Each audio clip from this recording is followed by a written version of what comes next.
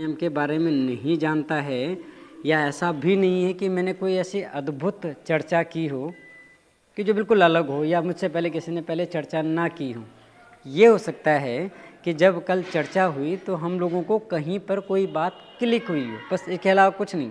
सारी चीज़ें हम लोग सब जानते हैं, लेकिन कब हमको कौन सी बात क्लिक होती है बस उस पर निर्भर करता है। यहाँ पर आज हम लोग थोड़ा सा बात करेंगे कि देखो प्राणायाम है कितने प्रकार के। तो 2 स्टेप में लेके चलते हैं हम लोग। बहुत जल्दी मैं आज थ्योरी को कवर करूँगा ताकि आप लोग बहुत ज़्यादा बोर ना हों। तो यहाँ पर जब हम लोग बात करेंगे प्राणायाम का, मूल रूप से जब बात करेंगे तो 2 कैटेगरी लेकर चलेंगे। यहाँ पर जो सबसे पहला वाला है हम लोग लेके चलेंगे योग दर्शन के अनुसार।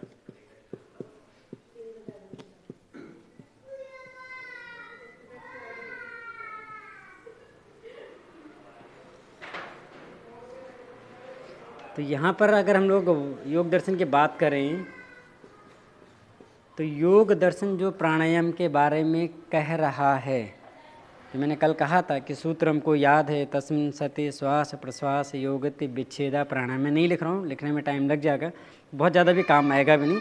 लेकिन वहाँ पर प्राणायाम क्या है और हम जो प्राणायाम करते हैं उसमें अंतर क्या है, बस ये थोड़ा सा हमको समझना है। तो जब योग दर्शन प्राणायाम के बारे में बात करते हैं तो वो कह रहे हैं कि हमारे पास 4 प्रकार के प्राणायाम में। पहला है बाह्य वृत्ति, दूसरा है आभ्यंतर वृत्ति, तीसरा स्तंभ वृत्ति, और चौथा अगर हम लोग बात करें मैं बहुत सरल सा लिख लेता हूँ, बाह्य आभ्यंतर विषयाक्षेपी। ये हमको जानने की ज़रूरत क्यों है अभी समझ में आ जाएगा। और ये बहुत सरल वाले अभ्यास थे। महर्षि पतंजलि ने जब योग की विधि से श्वास और प्रश्वास को रोकने की बात कर रहे हैं तो बस वो केवल 3 स्थितियां बता रहे हैं। 3 वो कह रहे हैं बाह्य वृत्ति, बाह्य का मतलब बाहर और वृत्ति का मतलब व्यवहार। ऐसा अभ्यास जहाँ पर मेरा जो श्वास का व्यवहार है वो बाहर है, सरल से समझ लेते हैं, वो बाह्य वृत्ति। कहीं आसन की चर्चा नहीं की, कहीं मुद्रा की चर्चा नहीं की। आसन को लेकर इससे पहले अगर बात करें, स्थिर सुखम आसनम कहा और छोड़ दिया। ऐसी स्थिति जहाँ हम लोग सुखपूर्वक देर से बैठ सकें। हठ योग में कहीं ऐसा नहीं है, एक भी आसन ऐसा नहीं है शवासन के अलावा जहाँ पर हम लोग विश्राम करेंगे। जितने भी आसन करेंगे या तो वो शरीर को एक्टिवेट कर रहे होंगे, अच्छा अभ्यास करेंगे तो चक्रों की स्थिति पर चले जाएंगे, और बेहतर अगर अभ्यास कर रहे होंगे तो सिद्धियों की तरफ आते चले जाएंगे। तो यहाँ पर जब इन्होंने कहा इस प्राणायाम में और इस प्राणायाम में क्या अंतर है, बस ये भी हमको समझना है। तो जब महर्षि पतंजलि कह रहे हैं तो बाह्य वृत्ति, श्वास को बाहर रोकिए। आभ्यंतर, आभ्यंतर का मतलब हुआ भीतर। हम एक ऐसा अभ्यास करें कि श्वास को भीतर रोक लें। ठीक। स्तंभ वृत्ति क्या हुआ कि स्तंभ वृत्ति इन दोनों की बीच की स्थिति यहाँ पे स्पष्ट हो जाता है कि जब हम बाह्य वृत्ति के बारे में बात कर रहे हैं तो पूरी श्वास हमारी शरीर से बाहर है। आभ्यंतर वृत्ति में श्वास को पूरी तरीके से शरीर में धारण किया हुआ है। आसन है, कहीं को समझने में दिक्कत नहीं। अभ्यास हमारा जो दिखता है वो दिखता है स्तंभ वृत्ति से। सरल समझते हैं उसको। हमने पूरा इनहेल किया जितना कर सकते हैं, श्वास को रोक लिया, वो आभ्यंतर, बहुत ईजी था। पूरी श्वास को बाहर रोका, वो समझ गए। लेकिन हुआ क्या कि इस अभ्यास पर आते आते इन दोनों पर नियंत्रण होते होते जब हम 3rd स्टेज में जाते हैं तो वो वास्तव में ज़्यादा आइडल स्टेज है। समझते हैं कैसे कि स्तंभ वृत्ति में कहा कि जब हमारी श्वास चल रही है बाहर भीतर, जो स्वाभाविक है, प्राण की गति स्वाभाविक, वो बाहर जा रही, वो भीतर आ रही, वो अपनी गति करती रहेगी। लेकिन है क्या कि इस अभ्यास के पश्चात स्तंभ का मतलब होता है बीच में रोक देना। हमारा अभ्यास ऐसा हो जाए कि जब श्वास चल रही है, सडनली अचानक जब हम उसको बीच में रोकते हैं तो वो हमारा स्तंभ वृत्ति प्राणायाम। अब इसमें थोड़ा सा समय लेना हमको। ये स्थिति कैसे वाली है, अभी हम लोग यहाँ पर बैठे हुए हैं और मैं आप में से एक को कहूँ कि ठीक है आप जाइए यहाँ से बाहर जाइए, तो एक ही चीज़ होगी, बाहर चले गए तो बाह्य वृत्ति प्राणायाम हो गया। यानी इस रूम से बाहर चले गए, पूरी श्वास बाहर, ये स्पष्ट हो जाती। बाहर कोई था, मैंने अंदर बुला लिया कि आप अंदर आ जाइए, वो आभ्यंतर वृत्ति। स्तंभ को क्यों थोड़ा सा ज़्यादा समझना है कि जैसे अभी दिवाकर जी यहाँ से जा रहे हैं और यहाँ से निकले, आधा दूर गए, मैंने कहा जाइए, अच्छा 1 मिनट रुक जाइए। अब न तो वो पूरे अंदर हैं और न वो पूरे बाहर है, भीतर की स्थिति, यानी बीच में। हो सकता है वो ज़्यादा अंदर हो, या हो सकता है वो ज़्यादा बाहर हो, या हो सकता है बिल्कुल बीच में हो। तो ऐसी जो स्थिति है वो स्तंभ वृत्तीय प्राणायाम है। अभी आप अभ्यास करनी जरा सा तो समझ में आ जाएगा। जब हम लोग इसका रेशियो चेक करेंगे कि ये क्यों ज़्यादा महत्वपूर्ण है तो हमको समझ में आ जाएगा। तो हुआ क्या, स्तंभ वृत्ति में आधी अधूरी स्थिति है, न तो पूरी बाहर है न पूरी भीतर है, या आधी हो सकती है बहुत ज़्यादा बाहर हो सकती है, बिल्कुल आउटर पे खड़े हों, या फिर हो सकता है कि इनर लेवल के बिल्कुल एंड वाले पॉइंट पे खड़े हों, लेकिन पूरी तरीके से अंदर नहीं हैं और पूरी तरीके से बाहर नहीं हैं। ऐसा जो अभ्यास है वो हमारा स्तंभ वृत्ति अभ्यास है। अब यहाँ पे अगर आप बहुत सजगता से सुन रहे हैं, अगर सच में इंटरेस्ट से अगर आप सुन रहे हैं, तो ये वाला बहुत ज़्यादा आसान हो जाता है समझना। ये जो चौथा अभ्यास है वो अभ्यास है बाह्य आभ्यंतर विषयाक्षेपी। विषय का मतलब जो मेरा श्वास थी उसका जो विषय था वो बाहर था, यानी बाहर रोकना था, उसका विषय था भीतर रोकना था। स्तंभ में बात करें उसका विषय था बीच में रोक देना। लेकिन इन सब में हमारी सजगता है, हमारा अभ्यास है, हमारा प्रयास है। क्यों ना ये अभ्यास इतना बेहतर करते रहें, इतना बेहतर करते रहें इनमें से किसी का भी, कि अभ्यास करते करते ये जो विषय है इस विषय का भी क्षय हो जाए, ऐसी जो स्थिति है वो विषयाक्षेपी अभ्यास है। अगर हम लोग योग दर्शन के दृष्टिकोण से जाएंगे तो ये स्वाभाविक स्थिति आएगी। यहाँ इन तीनों में हमारा प्रयास है, अभ्यास है, लेकिन जब करते करते करते करते स्वाभाविक रूप से केवल श्वास वहाँ पर रह जाए, प्रयास अभ्यास छूट जाए। कैसा कि बाहर रोक रहे, अंदर रोक रहे, बीच में रोक रहे, जब ये खत्म हो जाएगा तो ऐसा जो अभ्यास है वो उच्च कोटि का अभ्यास आ जाएगा।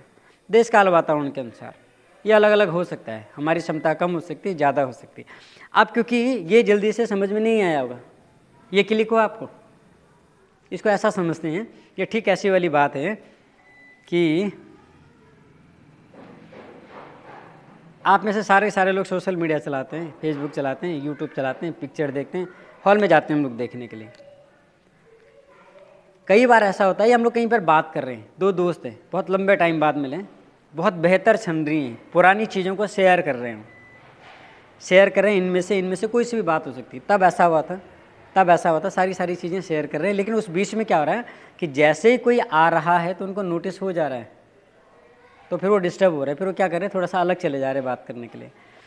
हुआ क्या, वो बात करते इतने मगन हो गए कि आसपास में भीड़ इकट्ठी हो गई, लेकिन उनको पता नहीं लगा। वो अपनी बातों में इतने मग्न हो गए कि जो और चीज़ें अगल बगल में घट रही थी अपनी स्थिति का भी उनको भान नहीं हुआ। जैसे दूसरा वाला आया, या कई बार हम लोग ऐसे बैठे हुए सोच रहे हैं कुछ, कोई सामने से चला जाए या कोई अचानक से मेरा हाथ हटा दे मेरे ठुड्डी के नीचे से, तो एकदम से अच्छा तू कब आया। तो वो जो स्थिति है जिसके आने का हमको पता नहीं लगा, अचानक से जो चीज़ आई वो स्थिति यहाँ पर विषयाक्षेपी है, यानी केवल और केवल वही रह जाए। जैसे हम लोग टीवी देख रहे हैं, हम पिक्चर देख रहे हैं, आईपीएल का मैच चल रहा है, हम आईपीएल देख रहे हैं। उस आईपीएल में देखिए आप कि जब शुरुआत में हम लोग बैठ रहे हैं तो जरा सा कोई अगल बगल से चला जाए, लाइट चली जाए, रिमोट कोई ले ले तो हम इरिटेट हो जाते हैं। मैच शुरू हुआ, रिदम आया, आते आते हम लोग इतने मग्न हो गए कि कौन बीच से आ रहा जा रहा हमको फ़र्क नहीं पड़ रहा। चाय आ गई, नाश्ता रखा हुआ था, चाय का टाइम हो गया, चाय ठंडी हो गई, मुझे पता ही नहीं लगा, मैं इतना मग्न हो गया। तो सारी चीज़ें यहाँ पर गायब हो जाए, ऐसे समझिए ऐसा ही यहाँ पर महर्षि पतंजलि जी का प्राणायाम है। अब है क्या, ये दार्शनिक दृष्टिकोण से, ये राजयोगियों के लिए था। बहुत अच्छा अगर स्तर है तो हम लोगों को बस इनकी आवश्यकता है। जो भी इनका अभ्यास नहीं कर रहे हैं, समझ लीजिए वो अधम कोटि के हैं, सबसे निम्न कोटि के हैं। क्यों, ये था उच्च कोटि का। आसन नहीं बताया, आसन का नाम नहीं बताते हैं। भाष्य में जब जाएंगे तो हमको आसन के नाम मिल जाते हैं, लेकिन महर्षि पतंजलि नहीं बता रहे हैं। हुआ क्या, इसको सरल करने के लिए वो जो कल हम लोगों ने अभ्यास किया था कि भाई अनुलोम विलोम प्राणायाम करें, अब उन्होंने क्या किया, हमको इंगेज किया 3 महीने के लिए, 80 आवृत्ति के लिए, चारों प्रहर में, और एक शब्द जोड़ दिया नाड़ियों का लेकर। नाड़ियों में हमारा इंटरेस्ट आया, तरीके उन्होंने अलग अलग तरीके से बता दिया। तो इस प्राणायाम को सरल करने के लिए हठ योगियों को आगे आना पड़ा। महर्षि पतंजलि जी का जब समझ में नहीं आया, और हठ योग में पढ़ते भी हम लोग, केवलम राजयोगाय हठ योग विद्योपदेशते, ऐसे वो कहते हैं कि राजयोग की प्राप्ति के लिए, यानी इन सब की प्राप्ति के लिए, जिस भी चीज़ का अभ्यास कर रहे हैं, राजयोग की प्राप्ति के लिए हठ योग है। अब जब हम लोग यहाँ पर बात करते हैं तो ये जो प्राणायाम है ये हम 4 भागों में बांट सकते हैं। 4 में सबसे पहला संतुलन वाला था, जो कल हम लोगों ने बात की थी।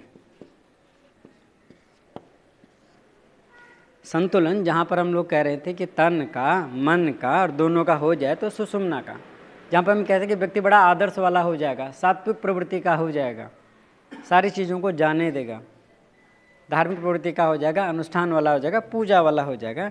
दूसरा, जब हम लोग अभ्यास करते हैं, यानी हठ योग में जब भी प्राणायाम करेंगे, इन 4 में से किसी कैटेगरी में आएंगे। तो ये वाला आपने सुना हुआ है, बहुत स्पष्ट सी बात है, हम लोग करते भी हैं।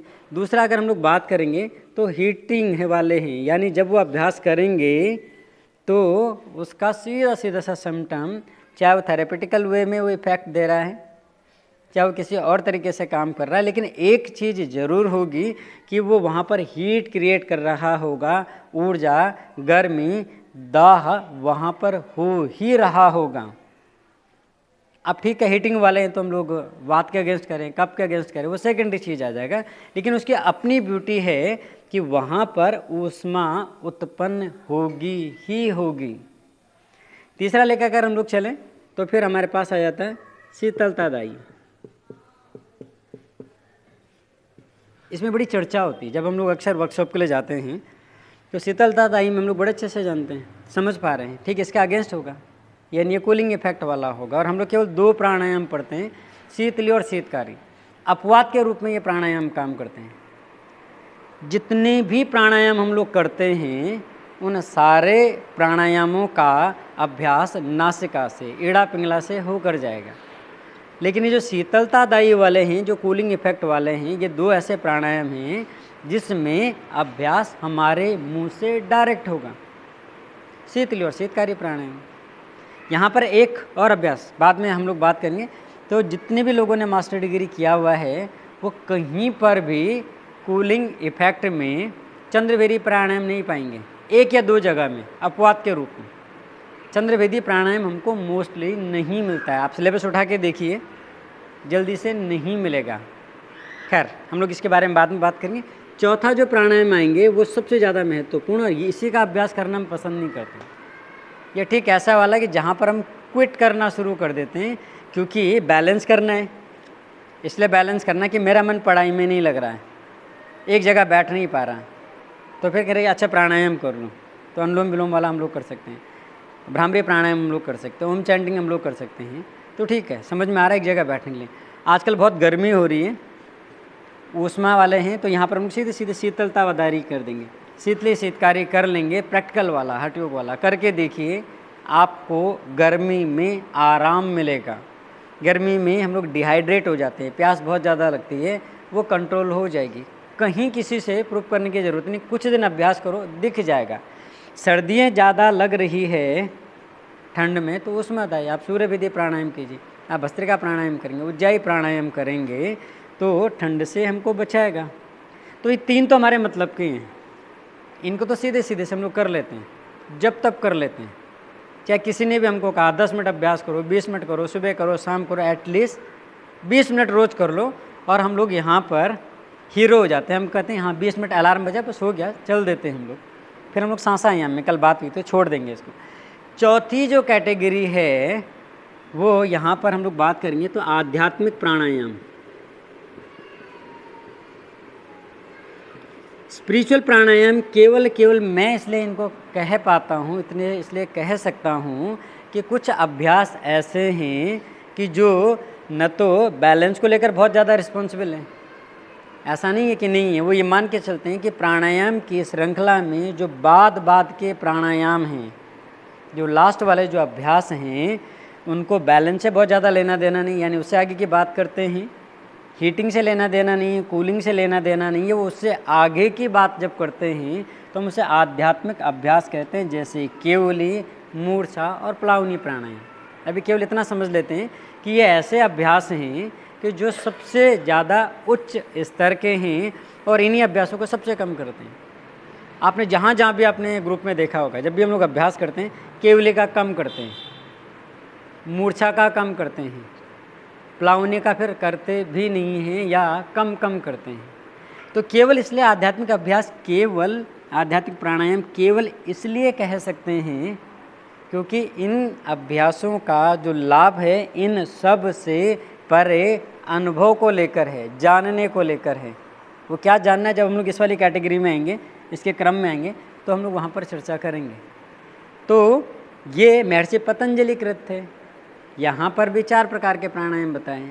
ये बहुत उच्च कोटि के थे, ये समझ में नहीं आया। हठ योगी आगे आए, हठ योगियों ने दूसरे तरीके से कहा, वो शरीर पर लेकर आए, शरीर पर लेकर आए, फिर शरीर के भीतर नाड़ियों पर लेकर आए, नाड़ियों में प्राण बह रहा था, उसको हम लोग संतुलित कर लें तो वो अनुलोम विलोम में, नाड़ी शोधन में, या सगर भी जितने भी हमारे प्राणायाम आते हैं उस तरीके से वो अभ्यास को प्रारंभ करते हैं। ठीक, तो अभी इनमें से जो समझ में नहीं आया पहले इसको क्लियर करते फिर हम आगे चलते हैं। ऐसा नहीं होता कि हमने एक बार चर्चा की और एकदम से सारी चीज़ें ठीक ठीक से बैठ गई। तो जो जिज्ञासा है पहले उसको क्लियर करते हैं, फिर हम लोग आगे अभ्यास करेंगे। क्लियर है सबको? पक्का? क्योंकि लास्ट में जिस दिन आपको वर्कशॉप वाला लास्ट वाला होगा, पता नहीं ब्याज जी ने आपको बताया नहीं बताया, हम एक छोटा सा टेस्ट लेते हैं उसका, तो इसलिए हल्के में हाँ प्लीज़। हाँ जी, ये हठ योग के साथ हाँ सेम नहीं, हाँ है दोनों प्राणायाम, सेम नहीं कहेंगे। हाँ ये ठीक ऐसे हैं कि ब्यास जी भी आपको प्रैक्टिस करवा रहे हैं, मैं भी प्रैक्टिस करवा रहा हूँ, है तो एक जैसे योग के करवा रहे हैं, वो थोड़ा सा अलग तरीके से करवा रहे हैं। हाँ बिल्कुल सही करें, इन्होंने क्या व्यावहारिक बताया इन्होंने, और ये ज्ञान योग वाला था उच्च लेवल। ये ठीक ऐसे ही है कि जो मैथ्स वाले हैं, जो केमिस्ट्री वाले हैं, जब कहीं पर कोई फंस जाएंगे तो उनको एक सूत्र पकड़ा दिया जाएगा, जो जानकार होगा सूत्र को जल्दी से पकड़ लेगा, बात खत्म हो गया, क्योंकि उसके जानकार हैं, लेवल हाई है। यहाँ पर क्या हुआ कि हम अदम कोटि के, समझ में नहीं आ रहा था, तो ये ठीक ऐसे बच्चे को जब सिखा रहे हैं तो हाथ से पकड़ पकड़ के जब लिखवाते हैं, ये वैसे वाले अभ्यास हैं। हम बच्चे को जैसे लॉलीपॉप देते हैं, ये वाला नहीं कर पा रहा है, ये नहीं कर पा रहे हैं, ये नहीं कर पा रहे, तो वो कर रहे तो बहुत दूर की बात है। तो अब वो क्या कर रहे हैं कि ऐसा सुनो शरीर को, मतलब ऐसा समझो बच्चे की तरह समझा रहे हैं। शरीर है, शरीर समझ में आ रहा है जल्दी से, शरीर समझ में आ रहा है, फिर ये दोनों नोस्ट्रल समझ में आ रहे हैं, गहराई में जा रहे हैं कि जो नोस्ट्रल हैं ये नाड़ियाँ हैं, केवल ये नासिका रंध्र नहीं है। फिर कह रहे एक एड़ा है, एक पिंगला, एक और है जो हमको नहीं समझ में आ रही, वो सुषुम्ना है। फिर इंगेज कैसे किया कि भाई जो एड़ा है ये मन को लेकर है, पिंगला तन को लेकर है, और दोनों का जब बीच है वो संतुलन वाला सुषुम्ना नाड़ी है। अब थोड़ा सा इंटरेस्ट आया, अच्छा हाँ फिर क्या होगा इससे, तो कहा जब ये करेंगे तो चक्रों का जागरण होगा, नाड़ियाँ शुद्ध होंगी। नाड़ियाँ शुद्ध होंगी नहीं होंगी उससे मतलब नहीं, लेकिन हमको इंगेज कर दिया गया। ऐसा नहीं है कि उसमें कहीं कोई संशय है कि नाड़ियाँ शुद्ध नहीं होंगी, 100% नाड़ियाँ शुद्ध होंगी, लेकिन हमारे पास जो प्रमाण है वो प्रत्यक्ष नहीं मिल पाएगा। तब मिलेगा जब वो कुछ सिम्टम कहेंगे, वपुकृसत्वम, वदने प्रसन्नता, नादम स्फुटम, यानी प्राणायाम के लास्ट में वो एक फॉर्मूला दे देते हैं कि अगर ऐसा ऐसा हो रहा है तो आपका प्राणायाम सही जा रहा है, अगर ऐसा नहीं हो रहा है तो आपकी जो हड्डियों के साधना है वो बेकार चली जा रही है। तो वहाँ पर क्या हुआ, साथ साथ में प्रैक्टिस करवाई, साथ साथ में एग्जाम्पल दिया और साथ साथ में रिजल्ट दे दिया, तो प्राणायाम के बाद में मिल जाएगा। उसमें हमारा इंटरेस्ट है। वपुकृसत्वम, शरीर में हल्कापन आएगा तो हमको इंटरेस्ट है, क्यों, शरीर का वजन बढ़ रहा है, वजन घटाना है। प्राणायाम में कितना बढ़िया हो रहा है, प्राणायाम भी कर रहे हैं और शरीर का वजन भी घट रहा है। यहाँ पर क्या है कि तत्क्षीयते प्रकाशावरणम, योग सूत्र के प्राणायाम के बाद एक जो अगला सूत्र आता है वो कहते हैं अंधकार का नाश हो जाएगा। फिर अंधकार ये सम्राट के लिए वाला अंधकार नहीं है। शक्तिमान देखा हम लोगों ने, मतलब 40 से नीचे वाले अगर बात नहीं देखा होगा उन्होंने, तो यहाँ पर जो अंधकार की बात है फिर दर्शन के दृष्टिकोण से आता है, वो हायर लेवल के दृष्टिकोण से आता है। तो हमने क्या किया, जो चीज़ समझ में नहीं आती है तो हम उसको छोड़ देते हैं, हम अपना नया रास्ता बनाते हैं, और नया रास्ता हठ योगियों ने दिया, इस रूप में दिया, तो हम लोग उसको करने लग जाते हैं, वो हमको ज़्यादा सही समझ में आता है। ठीक है, पक्का क्लियर है? आगे चलें कल वाले, हाँ प्लीज़। हैं स्तंभ वाला, हाँ हाँ स्तंभ वाला। हम्म, हाँ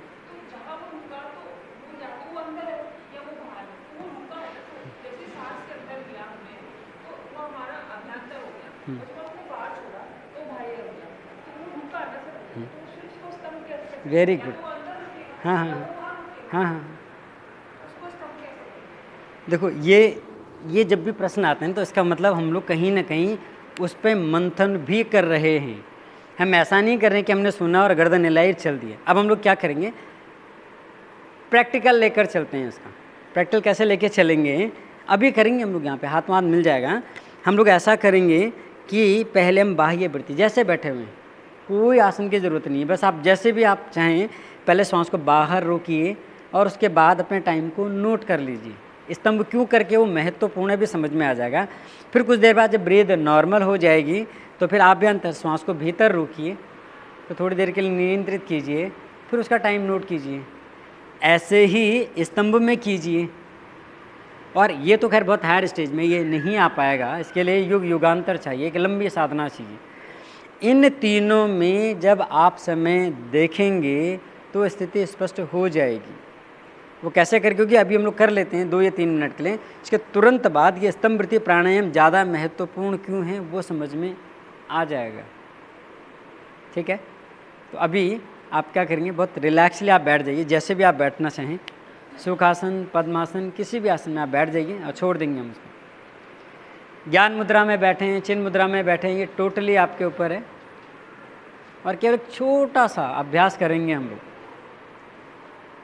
आँख खोल के भी करना चाहें तो चलेगा। अगर ऐसा लगता है कि आँख बंद करके हम लोग परेशान हो रहे हैं,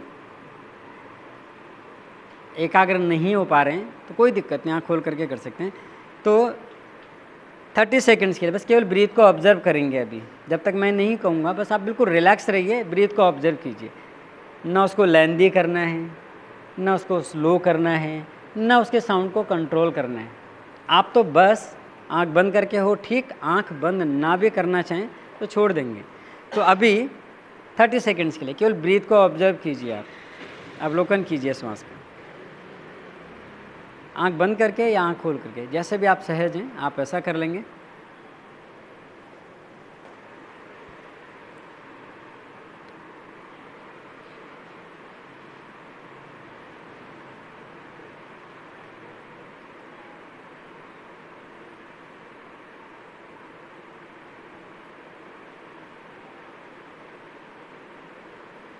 यहाँ से बिल्कुल सहजता से आप पूरी श्वास को बाहर निकलने दीजिए।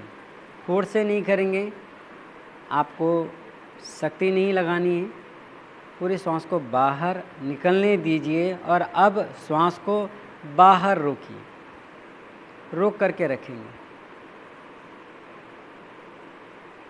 बिना फोर्स के, बिना प्रेशर के करेंगे आप। बस श्वास को बाहर रोक कर रखिए, क्योंकि मेरे दिखने में नहीं आएगा। जब लगे कि नहीं रोक सकते हैं, असहज हो रहे हैं,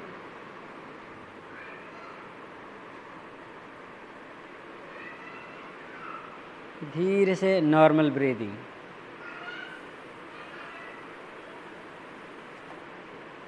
एक मन में एक अंदाज़ा ले लेंगे कि जब आपने श्वास को बाहर रोका तो कितनी देर रोक पाए।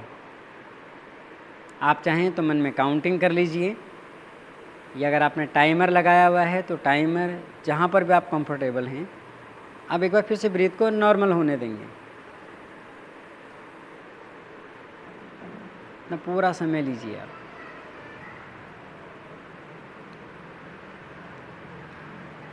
श्वास में कभी भी जल्दबाजी नहीं करेंगे, कोई फोर्स आप यूज़ नहीं करेंगे।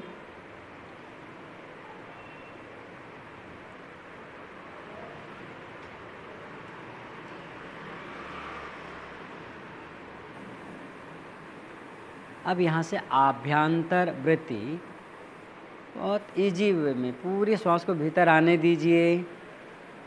जब पूरी एयर, ऑक्सीजन, प्राण जिस फॉर्म में आप इसे स्वीकार करें, पूरा भीतर आने देंगे। और अब श्वास को रोकिए, बाय फोर्स नहीं, बहुत इजी वे में। चाहें तो आप काउंटिंग कीजिए, चाहें आप टाइमर, चाहें आप एक अंदाजे से सांस को भीतर रोक लेंगे।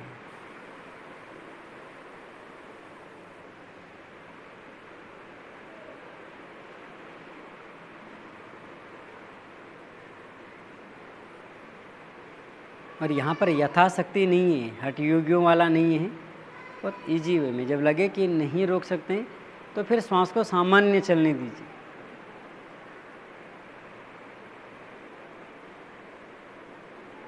एक बार फिर से नॉर्मल ब्रीदिंग।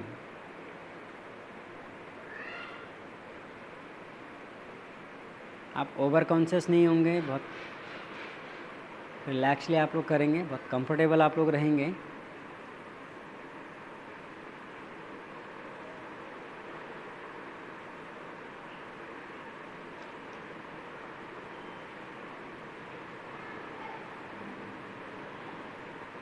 बिना खोले हुए अब हम लोग तीसरे अभ्यास के लिए आ रहे हैं, स्तंभ वृत्ति के लिए। ऑब्जर्व करते रहेंगे ब्रीथ को। जब मैं कहूँगा स्टॉप, रुको, तो बस आपको श्वास को वहाँ पर रोक देनी है, क्योंकि मुझे नहीं मालूम है कि श्वास आपकी बाहर पूरी है, भीतर पूरी है, बीच में है। जैसे भी श्वास चल रही है, जैसे म्यूजिकल चेयर हम लोग खेलते हैं, कब म्यूजिक रुक जाए, कब हमको बैठना पड़ जाए, बस उस सहज भाव से। और कॉन्शियस नहीं रहेंगे कि कोई बोलने वाला है, आप अपने आप से बस सजग रहेंगे। ब्रीथ को नॉर्मल होने दीजिए।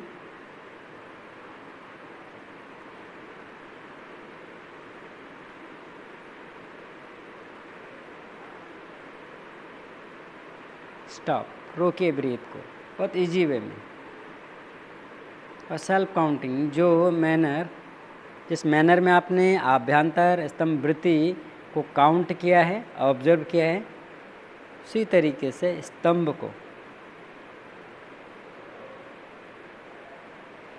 फिर से नॉर्मल ब्रीदिंग।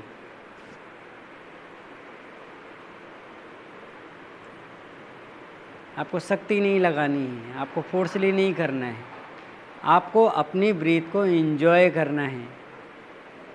आनंद के साथ करेंगे और रुचि के साथ करेंगे।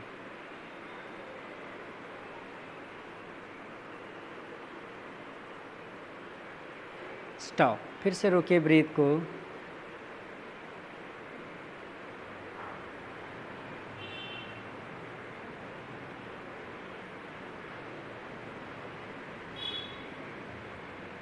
Normal breathing.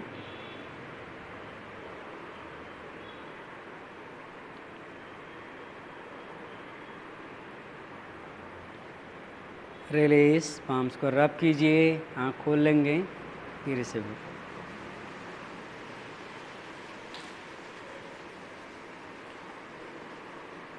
डिस्टर्ब नहीं, कहाँ रख देते हैं। अब मुझे एक चीज़ बताएंगे, कुछ ऐसा नहीं था इसमें कि हमको बहुत कुछ अलग करना था, लेकिन अगर आपने सच में इंटरेस्ट से अगर आपने किया होगा, तो जैसे आपने खास करके बोला कि इनमें भी तो श्वास को रोकना है, तो आप मुझे केवल इतना शेयर करेंगे कि बाह्य वृत्ति में आपको कितना टाइम लगा होगा, कितनी देर रोक पाएंगे? 30 सेकेंड्स, ठीक है। आभ्यंतर में और स्तंभ में 10 से 12। हकीकत क्या है, वास्तव में यही होता है। सब लोगों ने अगर बहुत रिलैक्सली किया होगा तो एक चीज़ बहुत क्लियरली सामने आ जाती है। वो चीज़ यही आ जाती है कि बाह्य वृत्ति में 30 सेकंड के लिए रोक पाए। क्यों? पूरी श्वास बाहर है तो हम लोगों के नियंत्रण में है अभी भी, लेकिन एटलीस्ट 30 सेकंड्स का टाइम तो है हमारे पास। आभ्यंतर में श्वास भीतर है तो भी हमारा पूरा नियंत्रण यहाँ पर है, और इसीलिए इसका टाइम बढ़ भी गया। श्वास भीतर ज़्यादा देर रोक पाते हैं। स्तंभ वृत्ति में क्या है कि जो टाइम सबसे कम है, स्तंभ जो रोकने की बात आप खास करके, औरों के मन में भी बात आई होगी, लेकिन शायद बाद में पूछते हैं या दोबारा कभी चर्चा होता। आपने अभी चर्चा कर ली तो अच्छा, अभी स्पष्ट हो जाना चाहिए। स्तंभ वृत्ति का जो टाइम है वो सबसे कम है और सबके साथ में होगा, शुरुआत में तो होगा ही होगा। तो यहाँ पर एक चीज़ समझ में आती है कि ये जो स्थिति है ये ज़्यादा कठिन हैं बाह्य और आभ्यंतर की अपेक्षा। तो यानी धीरे धीरे धीरे धीरे आगे का जो अभ्यास है वो ऊंचा होता चला जाएगा। अब जब आप कह रही हैं कि स्तंभ में भी तो श्वास को रोकना है, बिल्कुल सही बात है, रोकना है, लेकिन हमारा अभ्यास, हमारा प्रयास, हमारी स्वाभाविक स्थिति ऐसे हो कि ये जो सबसे ज़्यादा वाला जो रेशियो है आभ्यंतर वृत्ति, तो 35 सेकंड्स के लिए हम बाह्य में भी रोक पाएँ और 35 सेकंड के लिए हम स्तंभ में भी रोक पाएँ। यानी कुछ श्वास बाहर, कुछ श्वास भीतर, आउटर पे, इनर पे, कहीं पर भी हो, लेकिन हमारे श्वास के प्रति नियंत्रण सर्वोच्च वाला हो, एक जैसा टाइमिंग वाला हो। अब हुआ क्या कि जैसे हम लोग ऐसा अभ्यास करते चले जाएंगे, एक स्थिति ऐसे आ जाएगी, आती है कि बहुत बड़ा ऐसा विज्ञान नहीं है कि जल्दी से समझ में ना आए या हम लोग इसको ना अप्लाई कर पाएँ। तो अभ्यास करते करते यहाँ पर केवल ये श्वास मात्र रह जाती है, यानी केवल इसका अवलोकन रहता है, बाहर से मतलब नहीं है, भीतर से मतलब नहीं है, बीच से मतलब नहीं है, वहाँ पर शरीर का अस्तित्व भी विलुप्त लगता है और केवल श्वास मात्र रह जाती। इसीलिए इसको विषयाक्षेपी कहा, क्योंकि यहाँ पर हमारा जो प्रयास है, अभ्यास है, वो विलुप्त हो जाता है। तो वो हायर स्टेज, जैसे मैंने कहा कि बैठे हुए चाय पानी आया और हम भूल गए, गप्पों में अक्सर ऐसा होता है। तो ऐसा नहीं कि सामने वाले ने जब चाय देने के लिए जो आएगा वो बताएगा नहीं, या ऐसा नहीं कि जब वो चाय देने के लिए आया तो हमने देखा नहीं उसको, देखा भी, बल्कि चाय तो मैंने ही मंगाई, चाय हमने ही मंगाई, चलो मेहमान आए हुए तो चाय बिस्किट, लेकिन गप्पों में इतने मशगूल हो गए कि चाय हमारी भूल गई। तो जो बातें थी जिसने वो बाकी चीज़ें भुला दिया, ये विषयाक्षेपी में आ जाएगा, जिसमें पहले के जो अभ्यास है वो गौण हो जाएंगे और केवल श्वास वहाँ पर रह जाएगी। ऐसा जो अभ्यास है वो बाह्य आभ्यंतर विषयाक्षेपी अभ्यास, और ऐसा होता है। अगर आप लंबा अभ्यास करेंगे आप इस वाले को सबसे ज़्यादा एंजॉय कर पाएंगे। कुंभक का कोई औचित्य ही वहाँ पर नहीं रहेगा, उससे आगे हम लोग निकल जाते हैं।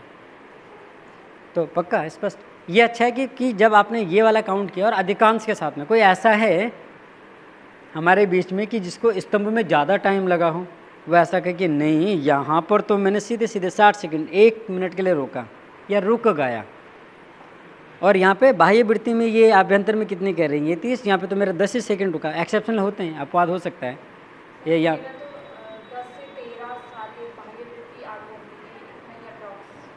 हाँ सब में धीरे धीरे। तो जैसे जैसे आप लंबा अभ्यास करेंगे तो वो डिफरेंस ज़्यादा शुरुआत में क्या है, हम लोग जब इंस्ट्रक्शन को लेकर ज़्यादा सजग होते हैं तो ऐसी स्थिति में हम लोग बहुत ज़्यादा ऑब्जर्व नहीं कर पाते टाइमिंग को लेकर। वो चिंतन कर रही होगी, मैं ये नहीं कर रहा हूँ कि वो बिल्कुल 100% सही है और आप गलत हैं, ऐसा नहीं है। लेकिन जब आपने शुरू में जब टाइमिंग किया तो सबकी क्षमता अपनी अलग अलग है, तो इसलिए अगर आपने मिलता जुलता अगर आपने नोटिस किया तो कोई बड़ा भारी अंतर नहीं है। ऐसा होता है शुरुआत में, अभ्यास करते चले जाएंगे, वो गैप बढ़ता चला जाएगा, तो कुछ गलत नहीं है उसमें, ऐसा होता है। जी आप कुछ कह रहे थे शायद।